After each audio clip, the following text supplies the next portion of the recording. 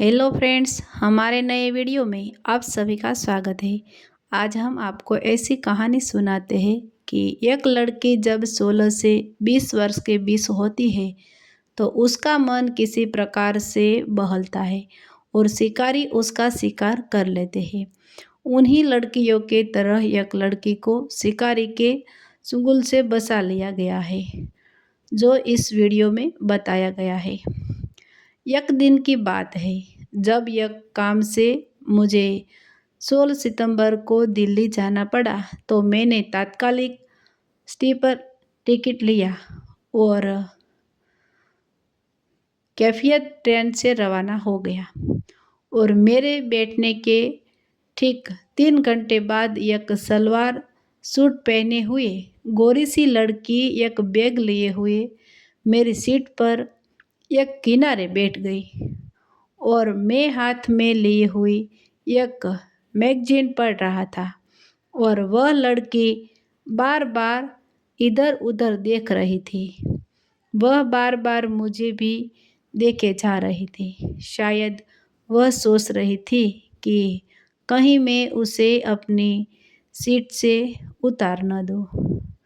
मैंने मैगजीन रखते हुए पूछा, कहाँ जाना है लड़की? दिल्ली,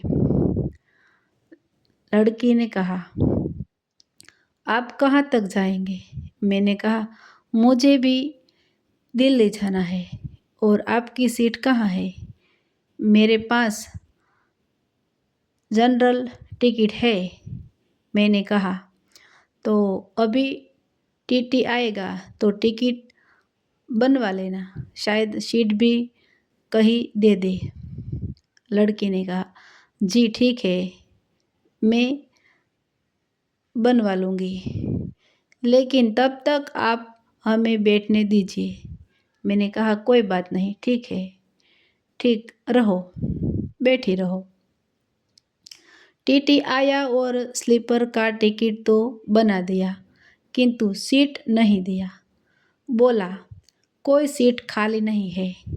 मैंने कहा, आप करती क्या हो? लड़की ने कहा, कुछ नहीं। मैंने कहा, मेरा मतलब पढ़ाई से है। जी, मैं 11वीं क्लास में पढ़ती हूँ। मैंने कहा, अच्छा, और आपके घर में कितने लोग हैं? लड़की ने कहा, मम्मी पापा भाई बहन सब है। थोड़ी देर बाद वह मोबाइल निकाली और उसमें सिम कार्ड लगाई और किसी से बात की। उधर से कौन था और क्या बात किया, यह तो मुझे नहीं पता, लेकिन यह लड़की अपना लोकेशन दे दिया। मैंने कहा, पापा से बात कर रही थी स्टेशन से रिसीव करने के लिए? लड़के ने कहा, जी नहीं, पापा तो गांव में है। मैंने कहा, फिर भैया रहे होंगे? लड़की ने कहा, नहीं, वो मेरे वो थे। मैंने कहा, वो थे मतलब? मुझे तो नहीं लगता था कि अभी आपकी शादी हुई है। लड़की ने कहा, जी अभी तो नहीं हुई है, लेकिन 2-3 दिन में हो जाएगी। मैंने कहा, वो अब समझा, उसका मतलब प्रेम विवाह करने वाली हो? लड़की ने कहा, जी, मुस्कुराने लगी। मैंने कहा, लड़का क्या करता है? लड़की ने कहा, दिल्ली में नौकरी करता है और बोल रहा था कि मुझे भी नौकरी दिला देगा, फिर हम दोनों लोग मौज से रहेंगे। मैंने कहा, काफ़ी स्मार्ट लड़का होगा? लड़की ने कहा, जी बहुत स्मार्ट है और बहुत अच्छे स्वभाव का है। मैंने कहा, मैं भी प्रेम विवाह किया हूँ। लड़की ने कहा, बड़ी अचूकता से। आप भी भागकर शादी की थी?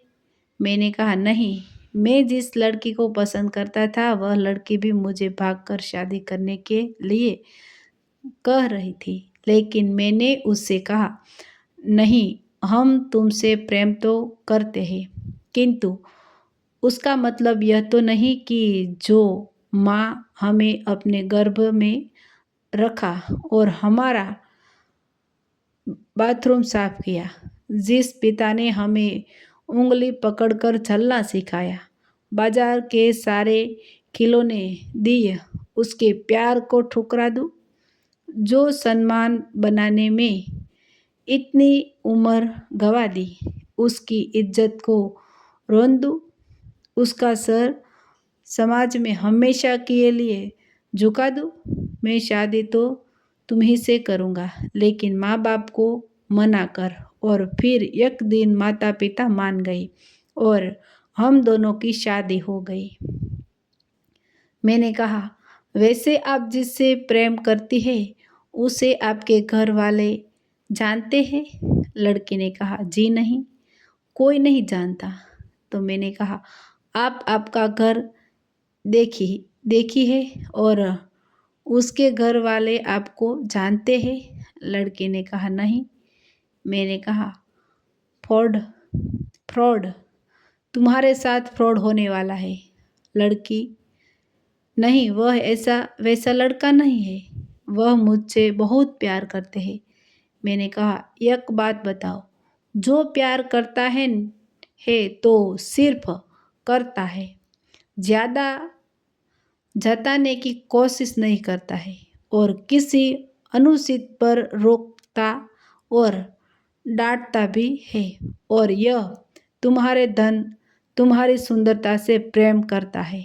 लड़की ने कहा, नहीं, यह गलत बात है, वह ऐसा नहीं कर सकता। मैंने कहा, ठीक है, मर्जी तुम्हारी, पर मेरे पास एक उपाय है, परीक्षा लेना चाहोगी? लड़के ने कहा, क्या? मैंने कहा, उसे फ़ोन करो और बोलो कि मेरे मम्मी पापा मान गए हैं मेरी शादी तुमसे करने के लिए, और वो भी आने के लिए कह रहे हैं, और वही दिल्ली में ही मेरा मामा मामी भी है, वे भी आ जाएंगे। और वो बोले हैं, आखिर एक दिन शादी करनी ही है तो अभी तुम्हारे पसंद का ही कर देते हैं, ताकि हम लोगों का मान सम्मान भी रह जाए और तुम लोगों की खुशी भी। इसलिए तुम अपने मम्मी पापा को भी बुला लो। लड़की ने वैसा ही किया, फ़ोन लगाया और लड़का इसकी सब बातें सुनकर आग बबूला हो गया और बोला, तेरी जैसी कितनी लड़कियां आई और चली गई, और तुम मुझे बेवकूफ़ बनाने आई आई हो, पागल समझ रखा है। डांटते हुए फ़ोन काट दिया। लड़की ने कहा, फिर से फ़ोन लगाए, स्विच ऑफ बताने लगा। मैंने कहा, अब उसका फ़ोन कभी नहीं लगेगा, क्योंकि ऐसे लड़के अलग अलग लड़कियों के लिए अलग अलग सिम कार्ड का उपयोग करते हैं। और अब सोचो, घर से भागने का मतलब घर जा नहीं सकती, उनको अपनी परेशानी बता नहीं सकती, और तुम्हारा उसके सिवा और कोई रहता नहीं। इसलिए वह तुम्हारे साथ अगर कोई बर्बादता करता तो तुम क्या करती? या फिर एक दिन छोड़कर चला जाता, भाग जाता? तो ऐसे में क्या करती? जानती हो, ऐसे में लड़कियां आत्महत्या कर लेती है, जो घर वालों को पता तक नहीं चल पाता। लड़की रोने लगती है। मैंने कहा,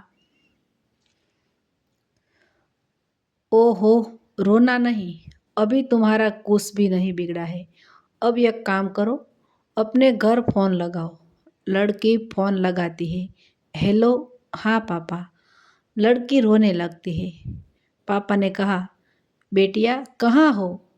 हम सभी लोग बिना खाए पिए तुम्हें ही खोज रहे हैं। लड़की ने कहा, पापा बस थोड़ा सा बहक गई थी, पर अब ठीक हूँ, कल तक घर आ जाऊंगी। और मुझे धन्यवाद देते हुए अगले स्टेशन पर उतरकर दूसरी ट्रेन से घर के लिए रवाना हो गई।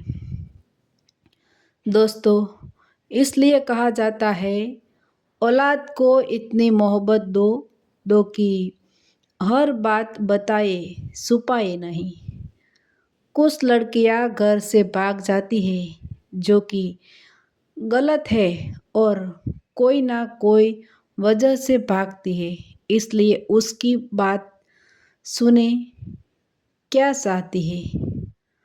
ज़बरदस्ती अपने अपना फैसला नहीं थोपना चाहिए। हर एक माँ बाप को ये बात समझना चाहिए। ऐसे ही हमारी नई नई वीडियो देखने के लिए हमारे चैनल लाइक शेयर और सब्सक्राइब कीजिए।